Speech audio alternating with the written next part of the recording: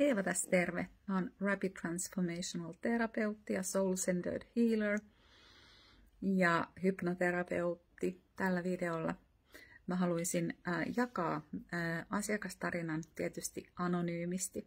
Mun iltapäivän asiakastyöskentely on ohi ja me saatiin kokea aivan uskomaton, ihana, upea, lopulta rakkautta ja valoa täynnä oleva parantava työskentely, joka oli osittain RTT:tä, mutta sitten osittain Soul Centered Healing työskentely. Ja tässä mun asiakas tuli mun luokse siis paniikkikohtausten vuoksi. Me löydettiin paniikin juurisyy ja parannettiin se asiakkaan kehosta, mielestä ja sielusta. Ja juurisyy oli se, että hän oli joutunut todistamaan hyvin uhkaavaa käytöstä oman vanhempansa taholta toista vanhempaa kohtaan. Ja tässä oli mukana siis alkoholia ja jopa aseita. Ja tämä koko tilanne oli johtanut siihen, että hän oli ollut koko elämänsä kymmeniä vuosia ylivastuullinen aikuinen ja myöskin kärsinyt paniikkikohtauksista. Ja ne juurisyyt me löydettiin, muutettiin ja parannettiin tänään. Ja mä oon siitä tosi kiitollinen. Siellä todella lapsi aina rakastaa vanhempaansa ehdoitta. Mitä se ehdoton rakkaus tarkoittaa? No se tarkoittaa sitä, että riippumatta siitä, mitä joku tekee tai minkälainen hän on, niin lapsi rakastaa vanhempaansa. Sitä on ehdoton rakkaus. Ja kun me tullaan tälle planeetalle, niin me rakastetaan vanhempiamme täysin ehdoitta. Riippumatta siitä, millaisia he ovat tai mitä he tekevät. Koska siinä on myöskin selviytymisestä kysymys. Vanhempi on ainoa, jonka varassa me ollaan täällä.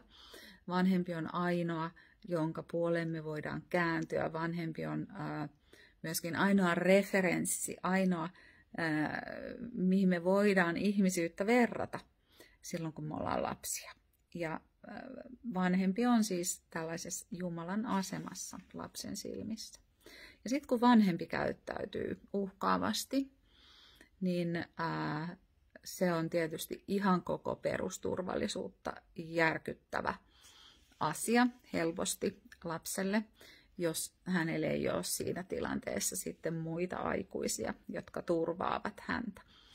Ja tässä mun asiakkaan tapauksessa isä todella oli uhannut äitiä.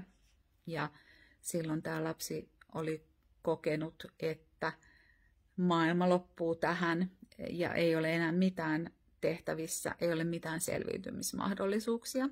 Totta kai, koska siis nämä ihmiset, joista hän on täysin riippuvainen, olivat olleet täysin kaoottisessa tilanteessa. Mutta se, mikä tästä lisäksi seurasi, oli se, että tämä lapsi alkoi tuntea, että hän on vastuussa nyt äidin pelastamisesta. Ja tämä on hirveän tyypillistä tämmöisille väkivaltakokemuksille lapsuudessa, että se lapsi kokee, että hän on vastuussa tämän vanhemman pelastamisesta, joka on uhan alla. Oli se uhka sitten mikä tahansa. Tässä tilanteessa se oli se, että isä on väkivaltainen äitiä kohtaan, mutta se voi yhtä hyvin olla, että vanhempi on väkivaltainen itseään kohtaan, tai vanhempi on väkivaltainen lasta kohtaan tai sisarusta kohtaan, ja se väkivalta ei todellakaan aina tarkoita fyysistä väkivaltaa, se on henkistä väkivaltaa useasti, ja se voi myös olla itsetuhoista käyttäytymistä, kuten esimerkiksi alkoholismi on, tai jotain muuta tällaista itseä tuhoavaa käytöstä. Ja lapsi alkaa kokea, että hän on vastuussa tästä tilanteesta, koska kukaan muukaan ei tässä voi auttaa, niin hänen pitää auttaa. Ja kun hän ei voi auttaa tietenkään lapsen olemuksessaan, niin hän alkaa sitten kokea useasti syyllisyyttä. Hänestä tulee ylivastuullinen aikuinen, joka aina yrittää ratkaista toisten asiat parhain päin. Ja niin oli käynyt mun asiakkaalle, joka oli siis 10 vuosia yrittänyt ratkaista aina kaikki läheistensä kaikista vaikeimmat ongelmat. Ja koska hän ei siihen tietenkään pysty, koska me ei olla yli-ihmisiä, kukaan ei pysty ratkaisemaan toisten ongelmia, niin hän oli sitten saanut aina paniikkikohtauksen. Ja tämä kaikki juonsi juurensa tähän yhteen traumaattiseen tilanteeseen sitten, joka me parannettiin sekä kehosta että mielestä, mielen tasolta ne uskomukset, että mä oon vastuussa, mun pitää pelastaa äiti, maailma loppuu. Nämä uskomukset me muutettiin sieltä. Kehosta me poistettiin se ahdistus, joka oli jäänyt sinne sydämeen ja niin kuin rintaan ja käsiin. Ja sitten sielutasolta me päästiin työskentelemään sen 5-vuotiaan osan kanssa, joka oli jäänyt sinne jumiin, tähän tilanteeseen, tähän pelkoon, oli täysin ilman valoa ja rakkautta siinä hetkessä.